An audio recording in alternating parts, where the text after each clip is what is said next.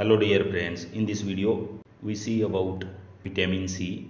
Vitamin C is also called as ascorbic acid, is a water soluble vitamin which is delivered to body's tissue but is not well stored. So it must be taken daily through food or supplements.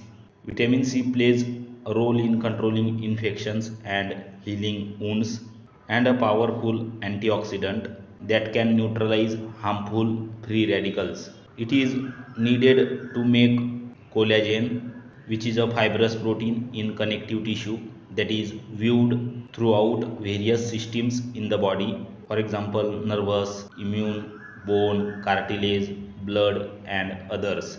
Vitamin C helps to make several hormones and chemical messengers which is used in the brain and nerves.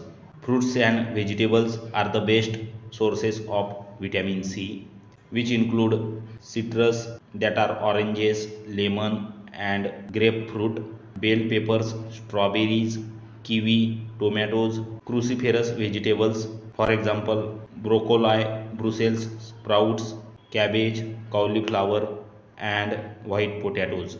If you like the video, share with your friends and please do subscribe our YouTube channel. Hit the bell icon to get update of latest notification from our channel. Thank you very much.